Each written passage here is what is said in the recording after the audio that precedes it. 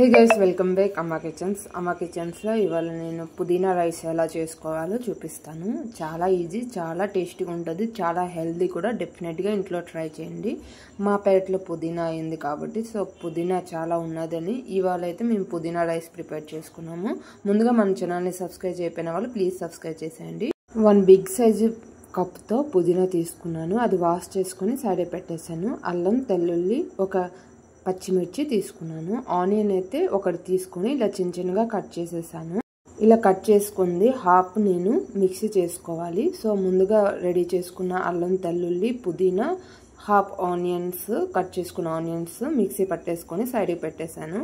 నేను 1 కప్ పుదీనాకి నేను 1.5 glass rice తీసుకున్నాను. అది కూడా వాష్ చేసి సైడ్కి పెట్టేశాను.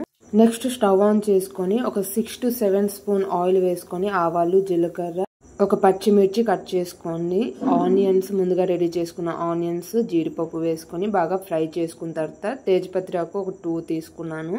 నేను పేస్ట్ చేసుకున్న పుదీనా వేసేసి బాగా కొంచెం ఫ్రై చేసుకున్న తర్వాత స్పైసీకి తగ్గట్టు చిల్లీ పౌడర్, సాల్ట్, కొంచెం గరం మసాలా వేసుకొని ఇంకా ఒక 2 మినిట్స్ బాగా ఫ్రై చేసుకున్న తర్వాత ముందుగా వాష్ చేసుకున్న రైస్ అయితే వేసేసుకోవాలి. మనం నానబెట్టుకుంటే వాటర్ క్వాంటిటీ అనేది కొంచెం చూసుకొని వేసుకోవాలి.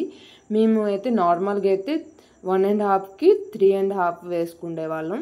నానబెట్టుకున్నాను కాబట్టి నేను 3 గ్లాస్ వాటర్ వేసుకొని కొంచెం మరిగించిన తర్వాత మనం కుక్కర్ కప్పు వేసేసుకుని 3 విజిల్స్ వచ్చే వరకు కుక్ చేసుకోవాలి. ఇంగ్రీడియంట్స్ అన్నీ నేను కింద డిస్క్రిప్షన్లో మెన్షన్ చేసి ఉంటాను. మీకు క్లారిటీ కావాలి కాబట్టి డెఫినెట్గా కింద చెక్ చేసేసుకోండి. క్లియర్గా నేను అన్నీ రాసేస్తున్నాను. డెఫినెట్గా ట్రై చేయండి, చాలా టేస్టీగా ఉంటుంది. ఆనియన్స్తో తింటే ఇంకా టేస్టీగా అనిపిస్తుంది. డెఫినెట్గా ట్రై చేసి మీకు ఎలా అనిపించిందో కింద కామెంట్ చేసేయండి. ఇలాంటి రెసిపీస్ కోసం మన ఛానల్ని సబ్స్క్రైబ్ చేసేయండి.